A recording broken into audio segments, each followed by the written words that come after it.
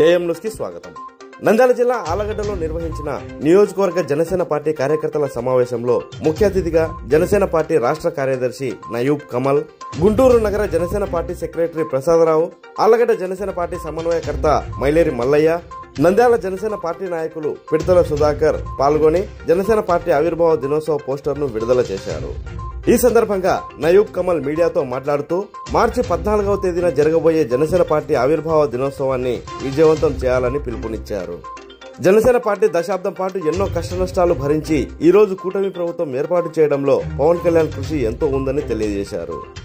అనంతరం మైలేరి మల్లయ్య మాట్లాడుతూ ఆలగడ్డ నియోజకవర్గంలో జెండా మోసిన ప్రతి కార్యకర్త కూటమి ప్రభుత్వంలో భాగస్వామ్యం అవుతారని, అంతవరకు ఓపికతో పార్టీలో పని చేయాలని, ఆవిర్భావ దినోత్సవానికి ఆలగడ్డ నియోజకవర్గంలో భారీ ఎత్తున కార్యకర్తలు పాల్గొని సభను విజయవంతం చేయాలని పిలుపునిచ్చారు. ఈ సమావేశం అనంతరం రంజాన్ ఉపవాసాల దీక్షల సందర్భంగా ఈద్గా దర్గాలో ప్రత్యేక ప్రార్థనలు చేసి ఇఫ్తార్ విందులో పాల్గొన్నారు.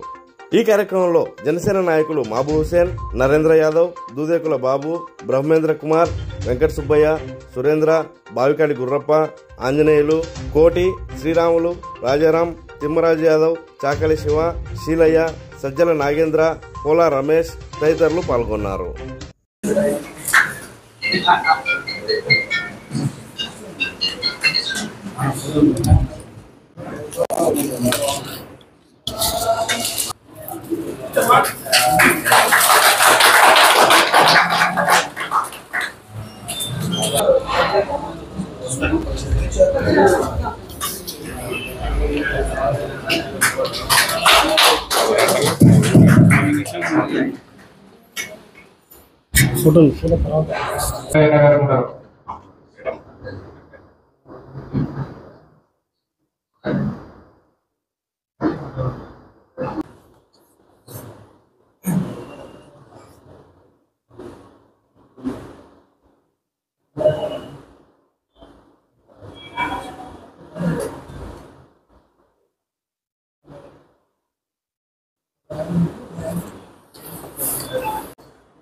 జనసేన నాయకుడు పవన్ కళ్యాణ్ గారి గురించి అవాకులు చువాకులు పెళ్తున్నారు. ఆయనకి రాజకీయ అనుభవం లేదని, వై నాట్ 175 అని మీరన్నారు. జగన్ వైసీపీ పార్టీని అహోపాతాళానికి తొక్కేస్తాను అని తాడికొండ సభలో పవన్ కళ్యాణ్ గారు మాట చెప్పారు. 175 వై నాట్ అని అడిగి 11 వచ్చింది. అహోపాతాళాన్ని తొక్కేస్తానన్న అతనికి దాదాపుగా ఆ కూటమికి మిగిలిన సీట్లు మొత్తం జనసేన కూటమికి వచ్చింది. జనసేన అధ్యక్షుడు పవన్ కళ్యాణ్ గారు వ్యూహంలో భాగమే అది. ఆయనకున్న రాజకీయ అనుభవం ఏందో తెలుసుకో. వై నాట్ 175 అని చెప్పిన నీ రాజకీయ అనుభవం ఏమైపోయింది? నువ్వా పవన్ కళ్యాణ్ గురించి మాట్లాడేవాడివి? ఎక్కంగానే 100 కోట్ల రూపాయలు పెట్టి ప్రజావేదిక కట్టి ఉంటే కూల్చిపారేశావు. కూటమి ప్రభుత్వం ఎక్కింది, ప్రజాధనాన్ని 400 కోట్లు పెట్టి నువ్వు కట్టేశావు. నీకులా మేము ఆలోచిస్తే మేము కూడా అది కూల్చేయాలా? ఎవడబ్బ సొమ్ముతో కట్టింది? ప్రజా సొమ్ముతో కట్టావు నువ్వు. దానికి ప్రజల కోసం ఎలా వాడుకోవాలో ఆలోచిస్తున్నావు. దాని ద్వారా ప్రజలకు ఏ విధంగా ఉపయోగపడుతుందో కూటమి ప్రభుత్వం ఆలోచిస్తుంది. నువ్వు ఎక్కంగానే 100 కోట్ల రూపాయలు విలువైన ఆ ప్రజావేదికని కూల్చేసావే. ఆ 100 కోట్ల రూపాయలు ఎవరి? ప్రజలే. ఎవడబ్బా సొమ్మని కూల్చేసావు నువ్వు. నువ్వా ఈ రాష్ట్రాన్ని పరిపాలించేది? నువ్వా పవన్ కళ్యాణ్ గురించి మాట్లాడేది? నీకు ఏ మాత్రం అర్హత లేదు. అహోపాతాళానికి తొక్కేస్తానని మా అధ్యక్షుడు అన్నారు. ఆల్రెడీ అహోపాతాళం పడిపోయావు. భవిష్యత్తులో నీకు ఒక్క సీటు కూడా రాకుండా చేస్తాం. భవిష్యత్తులో ముఖ్యమంత్రి అవ్వటం అనేది కల్లా.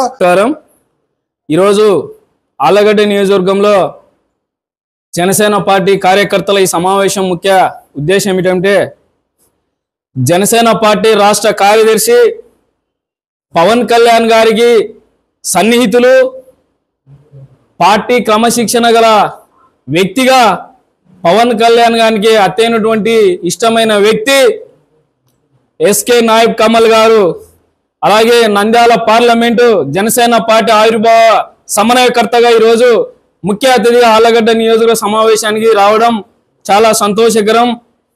అలాగే ఈరోజు ఈ సమావేశము మార్చి 14వ తారీఖున జనసేన పార్టీ స్థాపించి దశాబ్దం పాటు పోరాటాలతో సమస్యలతో ప్రజల పక్షాన నిలిచి ఈరోజు ఏదైతే వైఎస్ఆర్సీపీ ప్రభుత్వాన్ని కూలదోస్తానని మాట మీద పవన్ కళ్యాణ్ గారు ఇచ్చారో అదే మాట మీద ఈరోజు గతంలో చెప్పారు.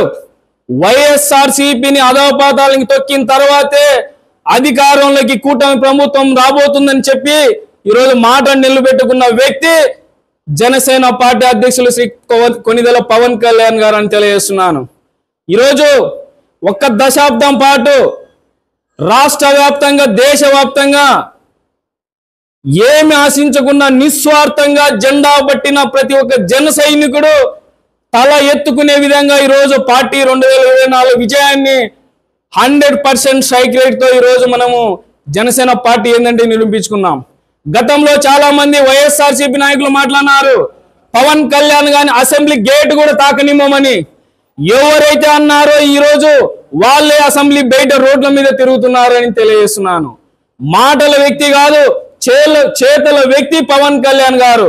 ఈరోజు వైఎస్ఆర్సీపీ రహిత అసెంబ్లీని ఈరోజు రాష్ట్రంలో ఏపీ ఆంధ్రప్రదేశ్ లో చూస్తున్నామో రాబోయే రోజుల్లో కూటమి ఉన్నన్నాళ్ళు వైఎస్ఆర్సీపీ అధికారానికి దూరంగా ఉంటుందని ఏదైతే రాష్ట్ర ప్రయోజనాల కోసం పవన్ కళ్యాణ్ గారు తన పార్టీ ప్రయోజనాల కంటే దేశ ప్రజలు రాష్ట్ర ప్రజల భవిష్యత్తు బాగుండాలని ఈరోజు మేము అధికారం రావడానికి కూడా పవన్ కళ్యాణ్ గారు కూటమిలో ఎంతో కీలకం కూడా కావడం జరిగింది.